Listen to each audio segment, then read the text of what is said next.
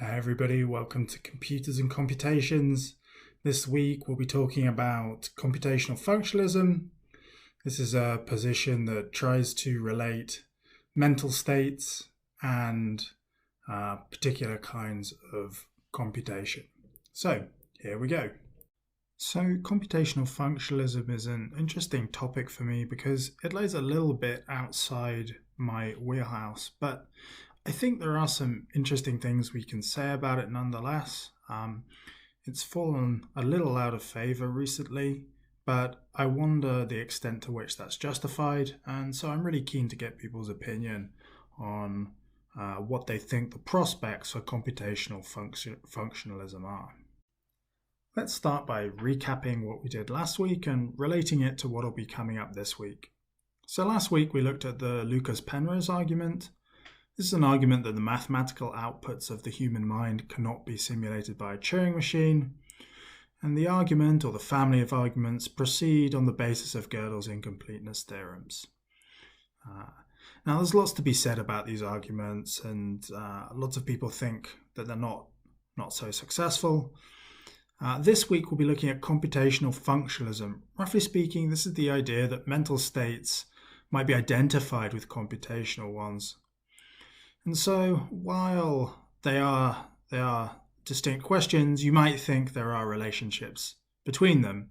For example, if you think that the computational model you work with in computational functionalism is equivalent to a Turing machine, which seems like a very plausible assumption, then you'll conclude on the basis of the Lucas-Penrose argument, perhaps, that computational functionalism could never be successful. So this is one kind of application of the Lucas-Penrose argument to a wider debate. However, this week our interest is in computational functionalism, so let's leave those Lucas-Penrose style worries behind and just focus on exactly how we might cash out this claim of computational functionalism, and indeed what the problems with it might be and what the prospects for it are. Good. So here's what we'll cover this week. So in section 1, I'll cover some motivations for computational functionalism. Section 2, we'll talk a little bit about exactly how one might cash out functionalism. And in section 3, we'll consider a particular objection to the functionalism we develop in section 2, namely the example of twin Earth. You may have come across that before, but no worries if not, we'll go through it. Section 4, we'll discuss one kind of response we might have to the twin Earth objection, and that's called socio-functionalism. This is where we extend the idea of functionalism in question to include factors from the environment. In section 5, we'll consider a general kind of objection that is raised by Putnam to functionalism, the idea that we would have rocks implementing particular kinds of mental states. And then in section 6, I'll close with some very tentative ideas of how the debate might move forward and what some things to look out for are.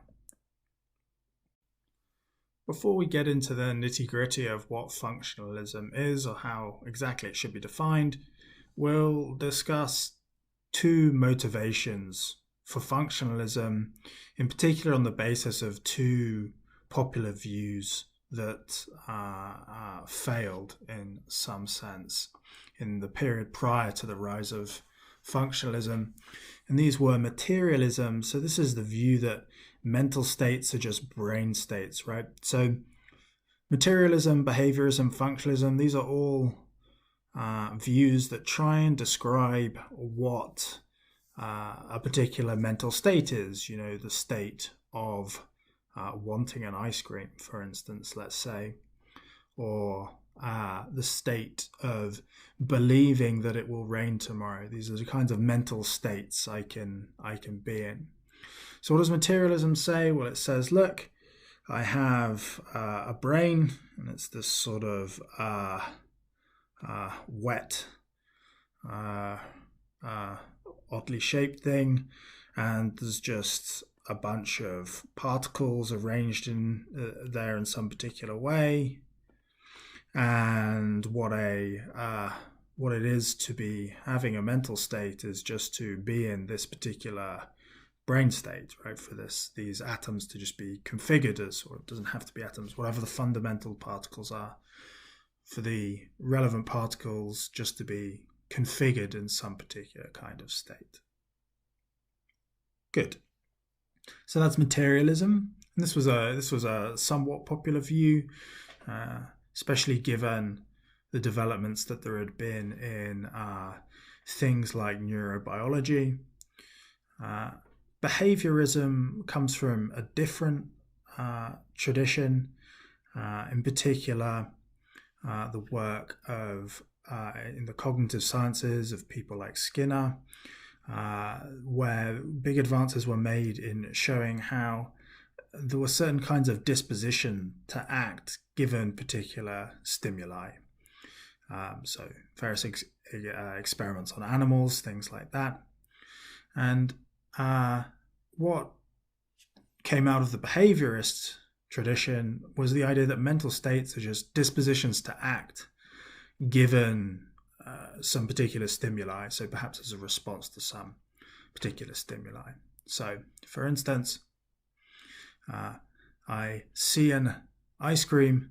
My wanting to eat that ice cream is understood as a disposition to go and eat an ice cream when I see a particular ice cream. If I didn't want the ice cream, I wouldn't do that particular action when presented with that stimulus. So whilst materialism and behaviorism seem relatively well motivated, each has some pretty difficult problems to address. And you can think of computational functionalism, or at least one way of thinking about it, is as a way of trying to thread the needle here. So incorporate the good-making features of each position whilst avoiding the main objections. Okay, so what's the issue with materialism? Well, the problem here is that radically different physical states can seemingly underlie the same mental state. Okay, so for instance, suppose we have aliens that have very different neurobiology for us. So let's even suppose that they're silicon-based rather than carbon-based life forms or something like that. So really radically different neurobiology. Okay, so we've got our little critter alien here, and suppose I give this poor soul a good kick, right? We might think that this alien can experience pain, right, despite the fact that it has a very different neurobiology. It might, in fact, we might think that maybe not this guy because he's got four eyes, but somebody with very similar to human characteristics might be in a qualitatively identical state, even if, or certainly in a state of pain, even if the biology is very different. But if you have the view that mental states just are the relevant physical states, then you have the relevant brain states, then you have a very, very big problem here, because we have a seemingly identical mental state, right? This being in pain, with very different underlying physical states. And this seems to present a pretty challenging counterexample to the position, and one that at least looks like it's going to be difficult to respond to, even if you don't think it is completely knocked down. A standard class of objections against behaviorism, by contrast, is that dispositions can hold in the absence of a particular mental state. Okay, so let's consider a particular character called Wellard. Well, what's up with Wellard? Well, Wellard had all his pain receptors removed in an operation, let's say. And hence Wellard feels no pain, right? Incapable of experiencing physical pain. But Wellard, let's suppose, is a really good and committed method actor, right? So Wellard, for instance, might exhibit exactly the same dispositions that I do.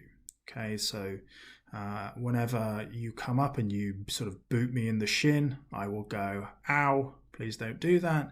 And if you go up and boot Wellard in the shin, he will go, ow, please don't do that.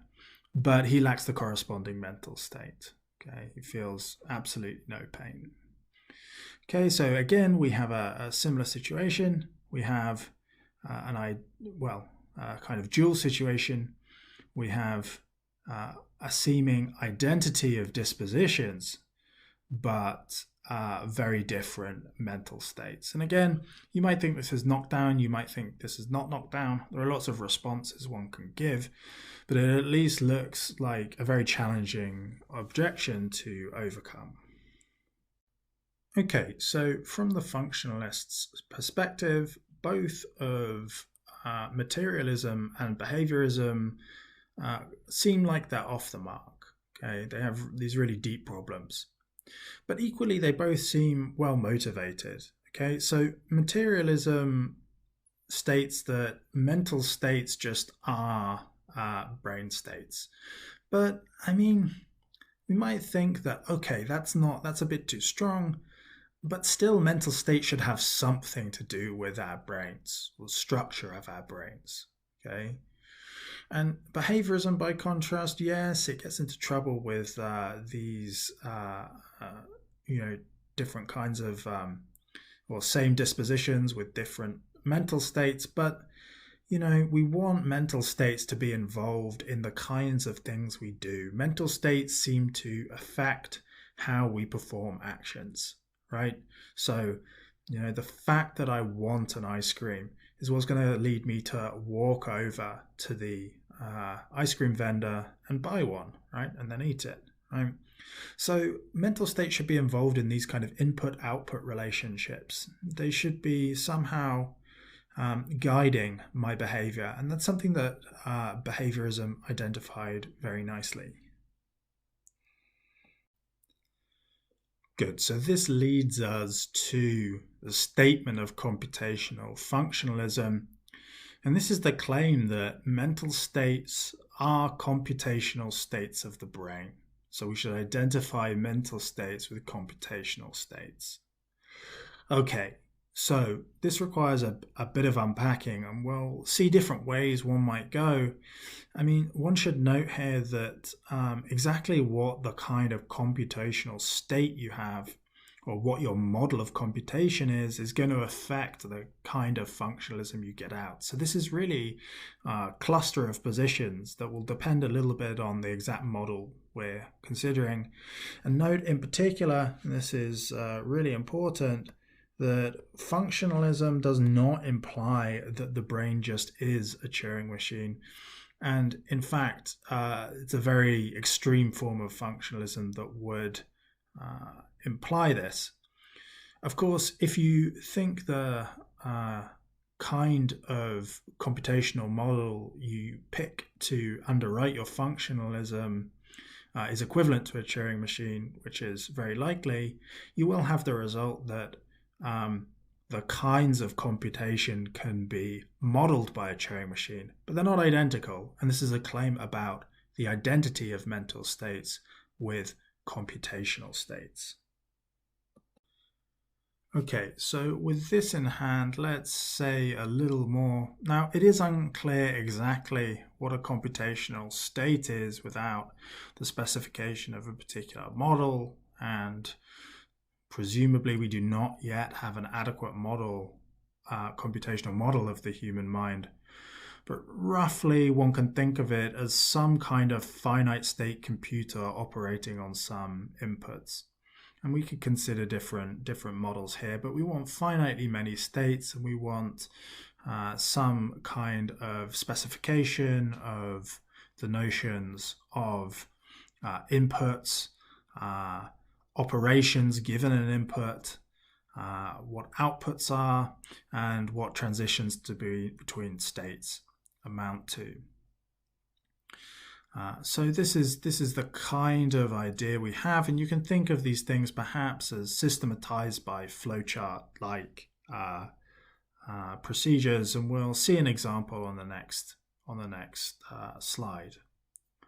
Okay, so even working with this rough characterization, how does the materialism and behaviorism worries play out? So, well, for the materialism worry, both myself and the alien can instantiate the same computational process on different hardware. Okay, so the alien, let's say, is silicon-based, I am carbon-based, but we can still instantiate the same computational process, namely the input of the kick presumably produces some computational input that is then processed by the relevant cognitive systems and leads us both to say ow and tell you to stop kicking me, or the alien. The behaviorism worry, on the other hand, so though Wellard and myself engage in the same behavioral dispositions, likely the computations underlying them are very different. Okay, so my computation when you kick me is to go through the input of a pain type input and then exclaim ow and so forth. Whereas Wellard, on the other hand, is doing some kind of computational process involving the notion of acting, and it's very plausible that these are different kinds of computational procedures. So we have difference to underlie the apparent difference in mental state. Right, so we've got this rough characterization of computational functionalism. We've seen how we might be able to avoid the problems of behaviorism and materialism with computational functionalism. Now let's see some problems for the view and how these might be responded to. So one particular kind of mental state we want to consider are so-called propositional attitudes. So these are, as you might be able to figure out, attitudes I can take to a proposition. So for example, believes that, feels that, knows that, fears that, hopes that. Usually things that you can have the word that with are some kind of propositional attitude. So for instance, I believe that the cat is on the mat. Let's have the cat be Felix. So I believe that Felix is on the mat. This is a particular kind of attitude I have to a proposition, namely Felix is being on the mat. Okay. Now, key constituent of propositional attitudes is they're relating a particular thinker to a proposition. And in particular, propositions are different depending upon the constituents of the proposition, right? So these are things that can be true or false. So, for instance, the proposition that Felix is on the mat is a different proposition from the proposition that, say, a clay sculpture of Felix is on the mat, even though these might have very similar kinds of phenomenology to them. The propositions in question are different because the objects involved in the proposition are different. They have different truth conditions. Now we trade on the fact that propositional attitudes are particular kinds of mental state, and the fact that objects involved in the propositions change the propositions when the objects change to develop significant problems for functionalism. So the example, one of the examples considered, put forward by Putnam, is the Earth and twin Earth example. So what goes on here? Okay, so let's take Earth, where we all live, and let's take Sasha, who lives at our world. And at our world, water is H2O. Okay, so And let's suppose that Sasha doesn't actually know yet that water is H2O, right? They have a concept of water as that slippery kind of wet stuff everywhere that you can drink, but they do not yet have the knowledge that water is H2O, right? Alex, on the other hand, lives on Twin Earth, right? Twin Earth looks exactly the same as Earth, apart from the fact it turns out that the water of Twin Earth, the stuff that is slippery and wet and that the inhabitants drink, is actually composed of some other molecular structure, let's say XYZ. Okay. Now both Alex and Sasha might make identical kind of assertions about water, right? For instance, or the what assertions involving the word water, but the thing they are talking about, the referent of their term, is different in each case. For Alex, it refers to XYZ, and for Sasha, it refers to H2O. Now, this then results in different propositions that they are thinking. Okay, because these two substances are not the same substance, right? So when Sasha says water is wet and has watery thoughts, Sasha thinks about H2O, right? That's the proposition being entertained when, for instance, she says, I believe that water is wet. Alex, on the other hand, entertains a very different proposition when she says that XYZ is wet. That's when she says, water is wet, right? The proposition in question for her is that XYZ is in fact wet. But now here comes the problem. For the computational functionalist, what's going on computationally speaking in their brains might be the same, right? Especially if they don't know that this thing they're calling water is H2O in one case and XYZ in the other, then the computations that they perform in terms of the structures instantiated might be exactly the same. So let's see an example on the next slide of this.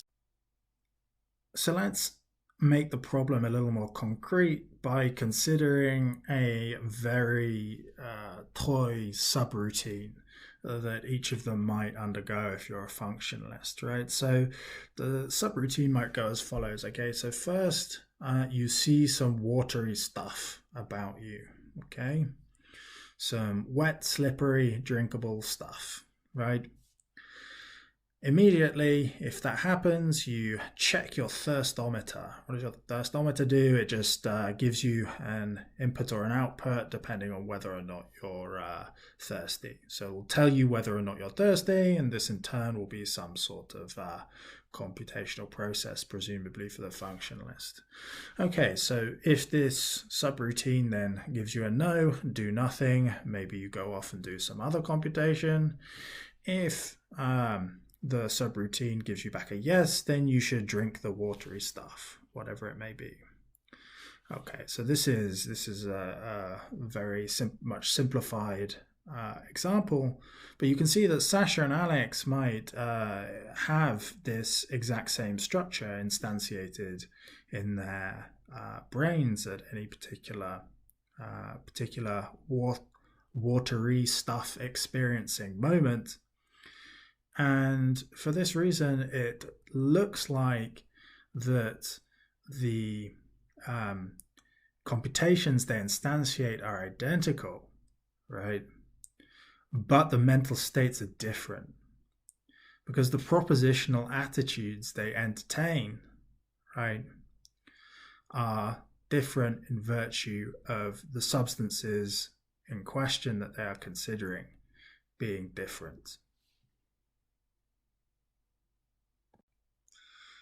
Now, there's a huge amount to say about the twin Earth example, and there's a whole literature on various kinds of twin Earth example and how they can be modified and what the ramifications are, both for functionalism, but also broader issues in things like the philosophy of language. Well, let's not get into those here.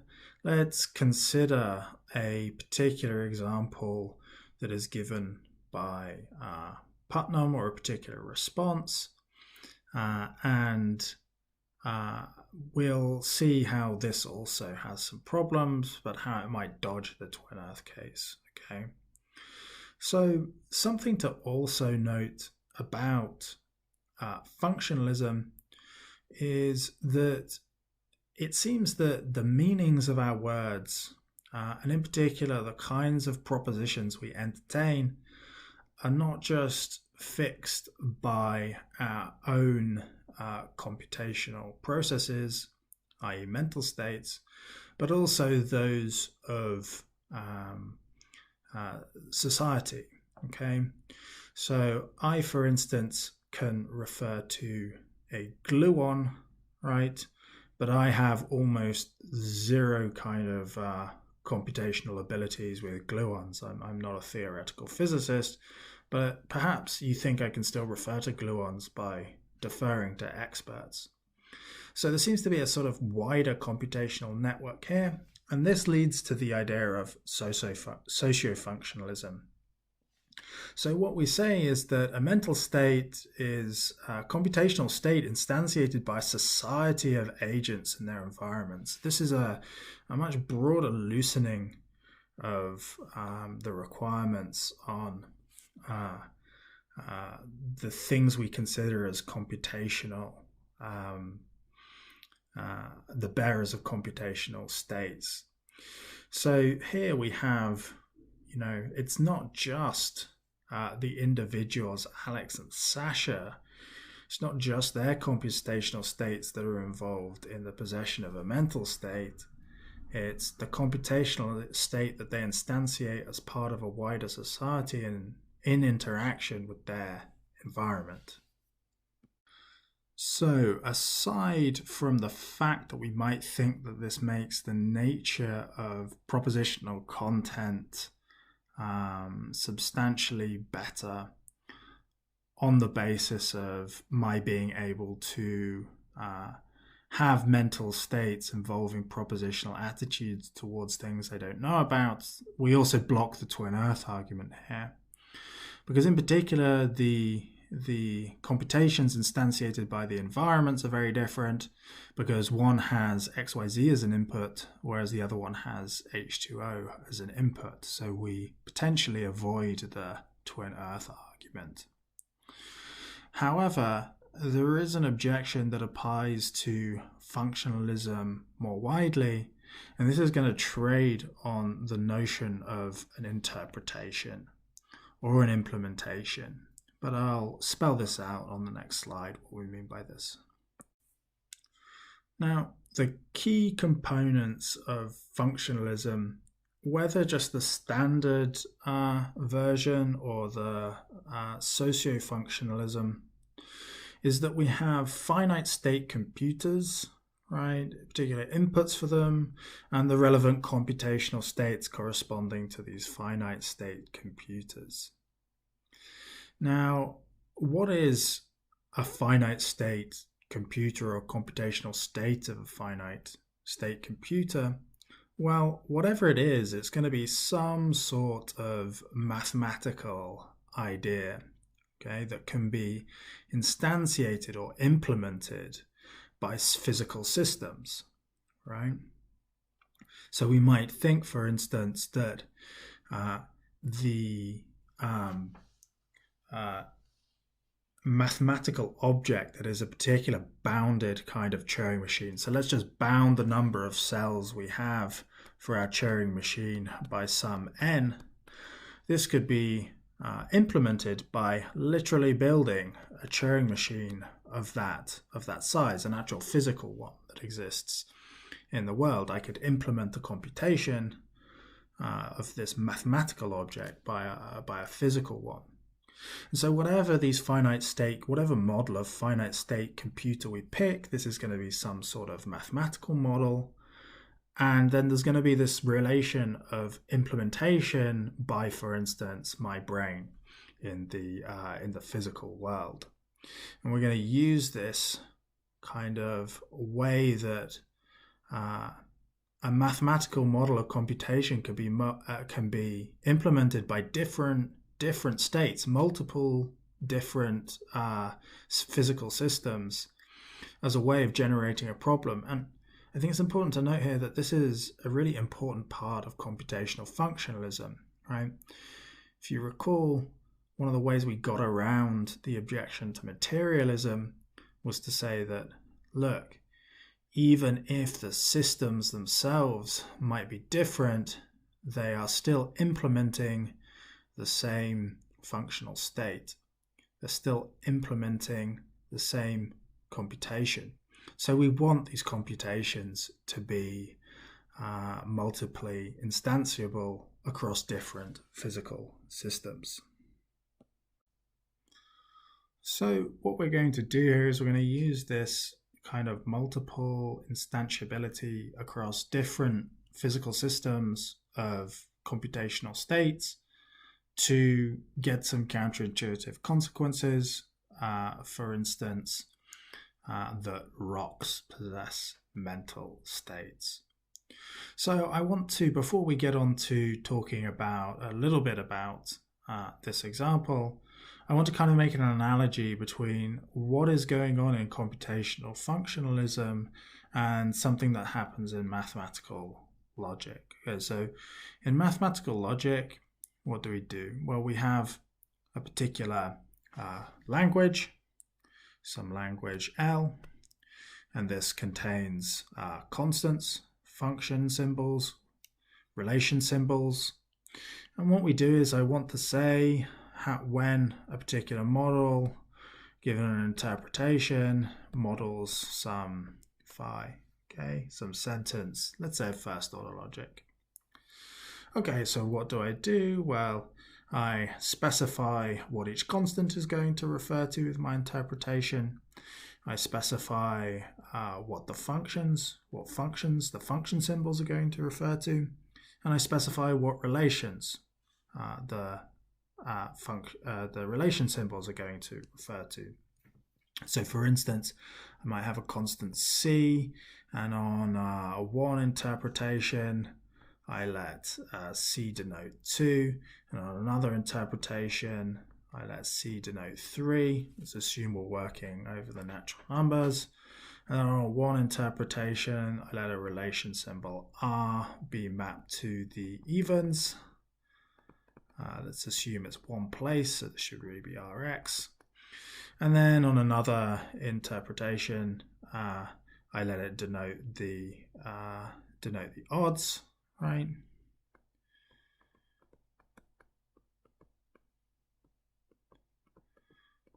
And so on one interpretation, depending on what the constant goes to and what the R goes to, one interpretation is going to violate that RC holds, and the other one is going to satisfy that RC holds, and vice versa for the other interpretation. Okay, so there we have a language, and we specify how the language relates to objects in order to specify a notion of satisfaction on a model given an interpretation. Okay. Now, we're going to do something kind of similar with the notion of implementation and computational state. So a computational state is a particular kind of mathematical thing, and we have to specify how it relates to a physical system. So I can have a particular computational state, and I can map it onto the relevant physical system that's going on in my brain, the physical system that is instantiating this computational state. And this is what is explaining that I have a particular mental state for the computational functionalist. And similarly, it's what explains why when I get kicked and when the alien gets kicked, we're both in the same mental state, because we're instantiating the same or implementing the same computational process. Okay, now we won't go through the details of Putnam's argument. It's a little fiddly. You can find it in the appendix to Representation and Reality, and also it's presented in a kind of more streamlined way in several sources discussing it.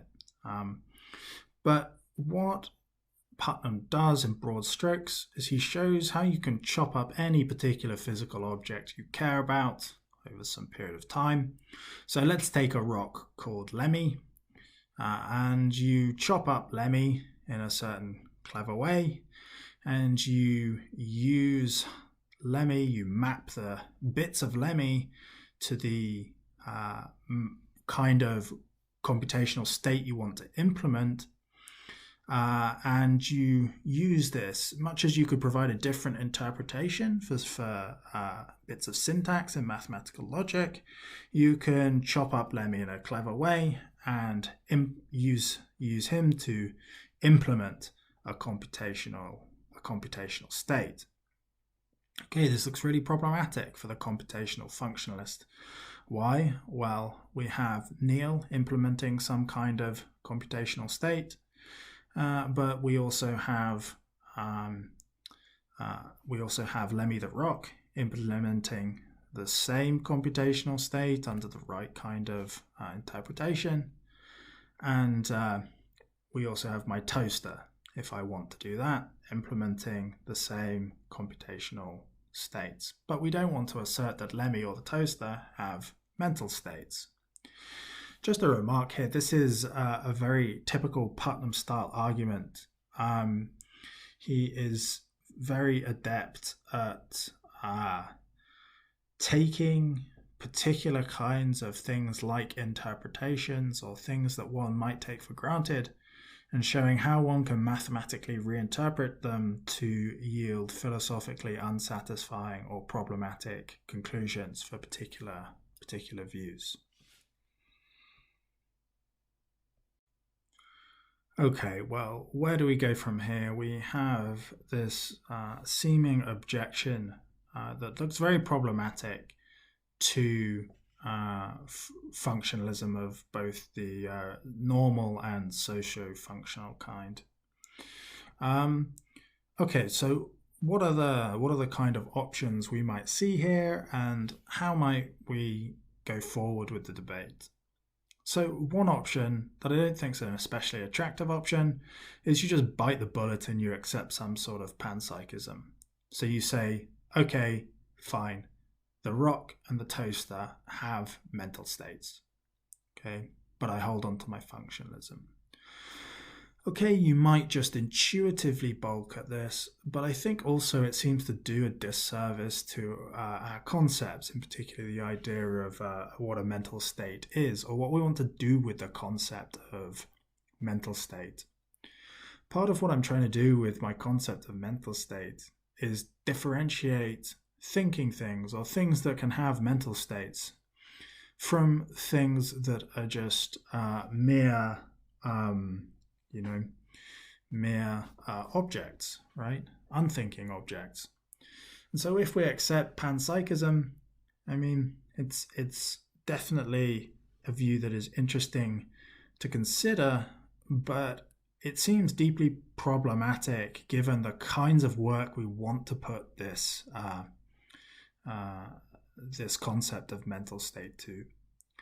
Maybe this is just a reformulation of the intuitive complaint, but nonetheless, I think it represents a substantial cost of panpsychism beyond a general kind of intuitive phenomenological squeamishness. Okay, good. So let's put panpsychism to one side and consider some ways that we might try and avoid these objections or push computational functionalism forward.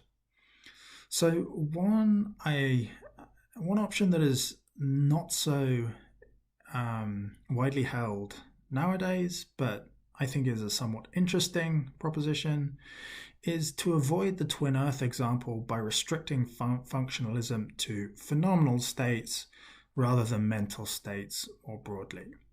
Okay, what's the difference between a phenomenal state and a mental state?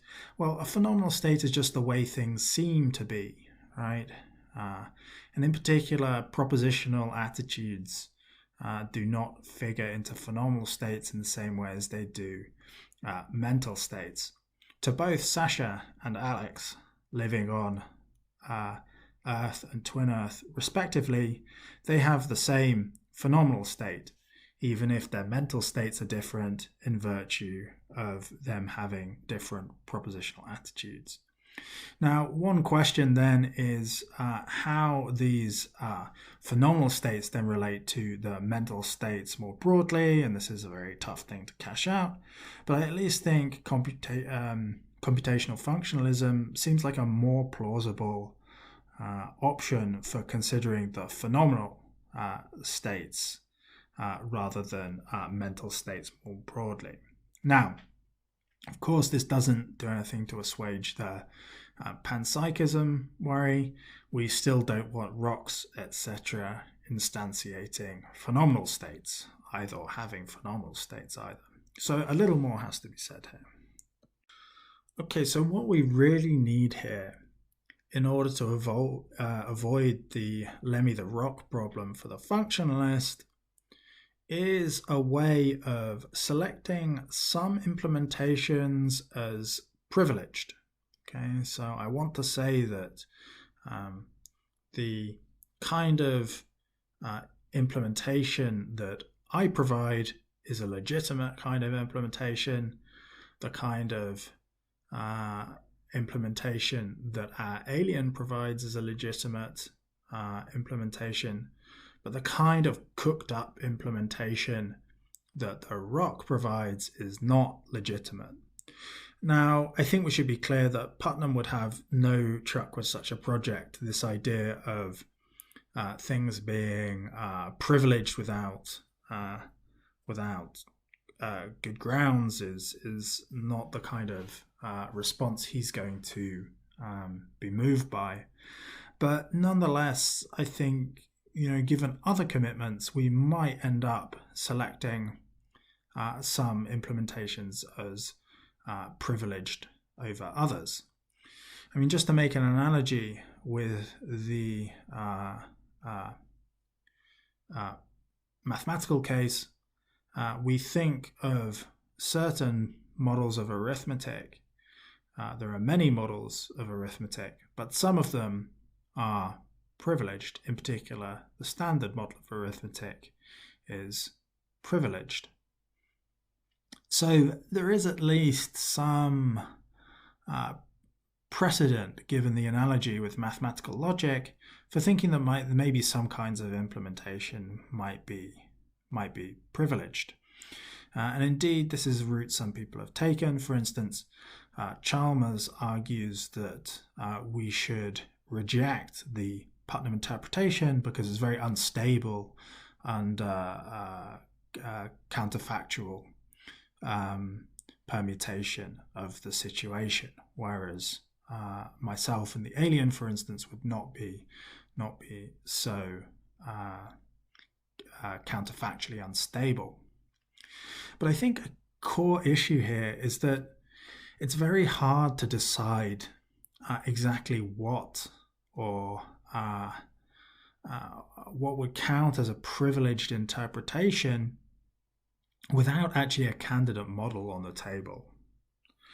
So as it stands, we're just making very general remarks about computational states, but exactly what the model you come up with for those computational states, what we actually think the underlying model for functionalism is, might really affect what you take to be a privileged kind of interpretation. Okay, so just to conclude, I think we arrive at something of a standoff here. Because if you're a functionalist, then you want to develop a particular functional model in order to assess whether or not a particular kind of implementation is going to be, an acceptable implementation of that model. But the anti-functionalist in particular the person who has provided this argument that rocks will implement any particular procedure, thinks that no such is going to be possible, right? Because they think there are very general reasons to think that any account you come up with is going to be implementable by the rock, whereas you perhaps are thinking, okay, I need to come up with a particular model, and that's going to give me a better grip on when an implementation is privileged. Okay, so how can we move forward as philosophers, and in particular interacting with people trying to come up with computational models? Well, I think one interesting suggestion, and this may have been looked at already, I'd be interested to know if it has, is that we need to develop some really clear constraints on what such a kind of model should satisfy. Okay, so what are the constraints that we want any model for computational functionalism to satisfy beyond the mere identification of it being a finite state computer of some particular kind? Can we say more? And in particular, if we do say more, are there particular kinds of models suggested? And before we have those models even, can we think of ways that particular models might end up having privileged interpretations or standard interpretations, implementations in some sense? Okay, well, there we have it. Plenty to think about there. It's a pretty unusual time right now. It's December 2020. I'm recording this. It's the middle of a pandemic, but I'm very happy that everybody's learning about the nature of computation and what we can do with them. It's just time for me to wish everybody season's greetings, and I hope you have a wonderful festive period.